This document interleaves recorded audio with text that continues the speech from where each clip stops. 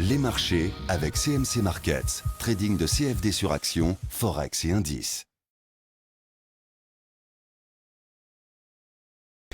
Bonjour, je vous présente aujourd'hui la mise à jour d'Alcatel-Lucent tradable à partir de la plateforme de CMC Markets. On va commencer cette analyse hebdomadaire en termes de théorie de dos et on voit que les choses sont définitivement bien orientées pour Alcatel-Lucent, même si on avait déjà les prémices lors de la précédente analyse technique, on voit que ce qui s'est passé depuis 4 semaines n'a fait que confirmer la précédente analyse.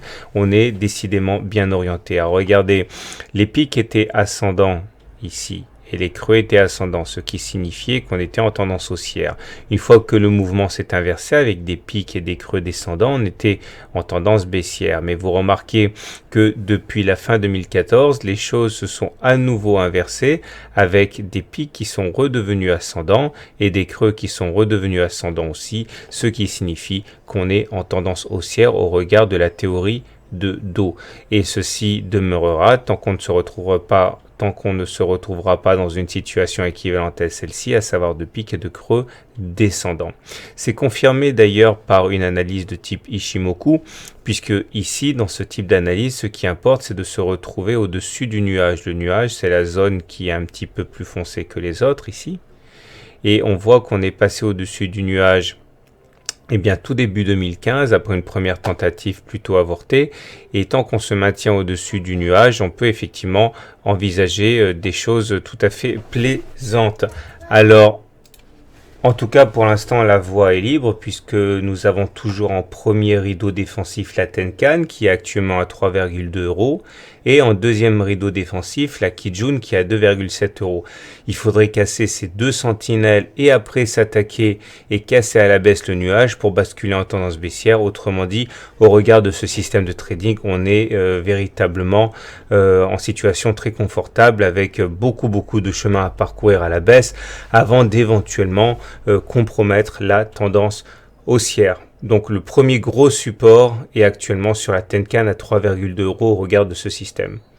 Si on enchaîne maintenant avec une analyse de type purement graphique sur Alcatel, on voit que la valeur réagit bien aux éléments graphiques. Tout d'abord, on a évolué pendant plusieurs mois, quasiment une année à l'intérieur d'un grand biseau descendant.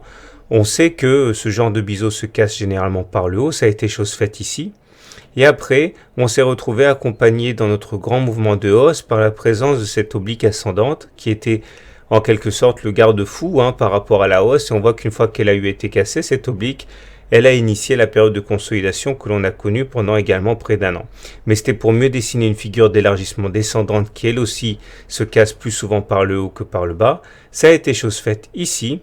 Et on se retrouve à nouveau guidé par une oblique ascendante et vous comprendrez que c'est absolument l'élément à surveiller pour ne pas enclencher une fin de hausse.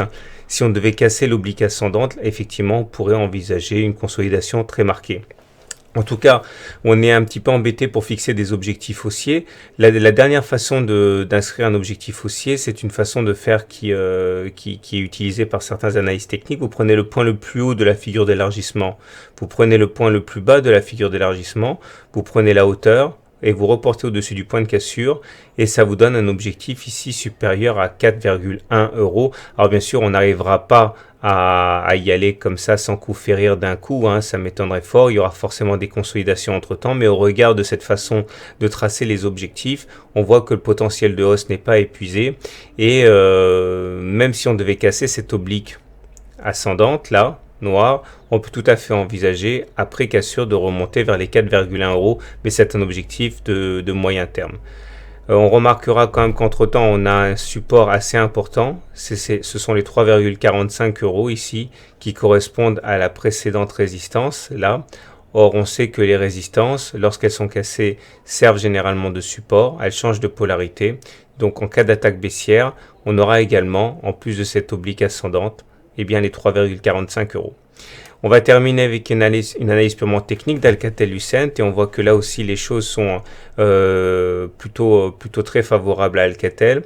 Le MACD est au-dessus de son signal, ce qui signifie que on est en tendance haussière. Vous voyez, depuis que l'on a Depuis que l'on a cassé ici le signal, on a connu une hausse quand même très impressionnante.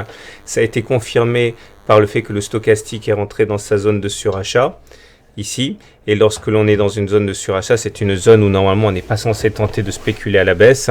Surveillez de près ces indicateurs techniques pour le futur. Lorsque le MACD croît son signal à la hausse, comme c'était le cas ici, ou encore ici, généralement c'est très porteur pour l'action. Comme l'entrée en zone de surachat, ça s'est produit aussi là. Et enfin le momentum qui également a basculé en zone positive, ce qui également est porteur, ça s'est produit ici l'avant-dernière fois, donc juste avant la hausse. En tout cas, on remarquera pour terminer, pour relativiser un petit peu la présence d'une double divergence baissière sur le MACD et sur le momentum, puisque sur ces deux indicateurs on n'a pas fait de plus haut, alors qu'en même temps on a fait des plus hauts sur les cours. Ça, c'est une alerte. Alors attention, une divergence baissière ne suffit jamais à initier une position vendeuse. Cela veut simplement dire que on commence à avoir une situation qui est un petit peu tendue, un petit peu malsaine, et il faudra surveiller de près une cassure des supports graphiques, puisqu'elle prendrait d'autant plus de sens dans un contexte de divergence baissière. Voilà, donc si on fait le bilan, c'est une tendance haussière en Ichimoku, c'est une configuration graphique favorable avec une configuration technique également très porteuse. On se méfiera de la présence de divergence baissière en cas de cassure de l'oblique, puisque ça accroîtrait finalement le potentiel correctif. On remarquera quand même que le premier support important est à 3,45 € et on terminera en précisant qu'il faut bien faire attention, il ne s'agit que d'une analyse purement technique et que l'analyse des fondamentaux doit l'emporter sur l'analyse technique qui n'est qu'un outil de timing et d'optimisation. Je vous souhaite une bonne journée et à très bientôt pour une mise à jour.